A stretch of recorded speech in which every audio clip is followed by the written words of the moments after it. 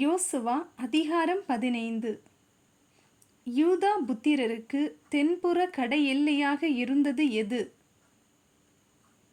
Scene வனாந்திரம்.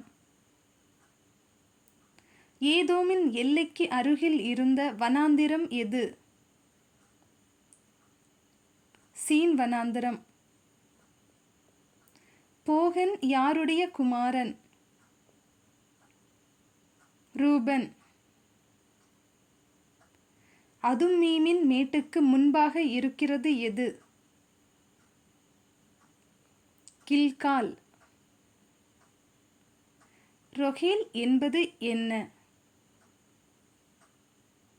கிணறு. நெப்தோவா என்பது என்ன? நீரூற்று. பாலாவுக்கு இன்னொரு பெயர் என்ன? கீரியாத் யெயாரீம். யூதா புத்திரருக்கு மேற்புற எல்லையாயிருந்தது எது? பெரிய சமுத்திரம். ஏனாக்கின் தகப்பன் யார்? அர்பா. அர்பாவின் பட்டணம் எது? எபிரோன். யோசுவா யூதா புத்திரரின் நடுவே இருந்த எபிரோனை யாருக்கு பங்காக கொடுத்தான்?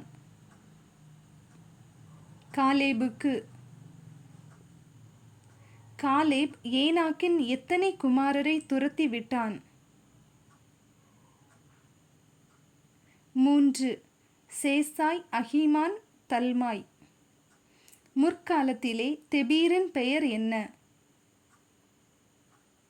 கீரியாத் செப்பேர். காலேபின் குமாரத்தியின் பெயர் என்ன? அக்சாள். எதை சங்காரம் பண்ணி பிடிப்பவனுக்கு தன் குமாரத்தியை விவாகம் பண்ணி கொடுப்பேன் என்று காலேப் கூறினான்? கீரியாத் செப்பேர். கேனாசி யாருடைய சகோதரன்? காலேப். கேனாசின் குமாரன் யார்?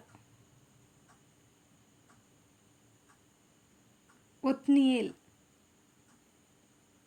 கீரியாத் செப்பேரை சங்காரம் பண்ணி பிடித்தவன் யார்? ஒத்னியேல். காலேப் தன் குமாரத்தியை யாருக்கு விவாகம் பண்ணி கொடுத்தான்?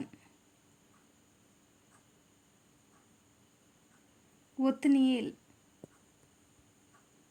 அக்சாள் தன் தகப்பனிடத்தில் என்ன கேட்க வேண்டுமென்று கழுதையின் மேலிருந்து இறங்கினாள்? ஒரு வயல்வெளி. அக்சாள் தன் தகப்பனிடம் என்ன தர வேண்டும் என்று கேட்டாள்? நீர்ப்பாய்ச்சலான நிலம். எனக்கு ஒரு ஆசீர்வாதம் தர வேண்டும். யார் யாரிடம்? அக்சாள் காலேபிடம்.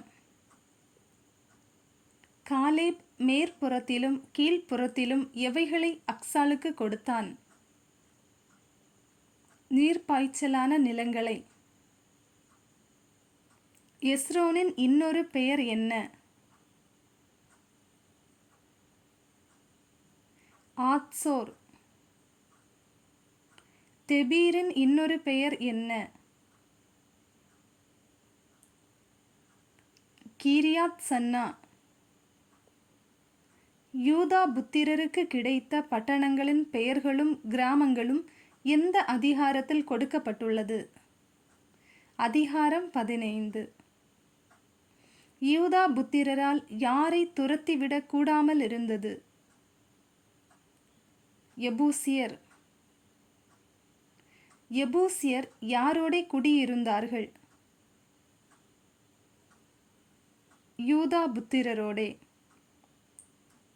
எபூசியர் யூதா புத்திரரோடே எங்கே குடியிருந்தார்கள்? எருசலேமில். God bless you.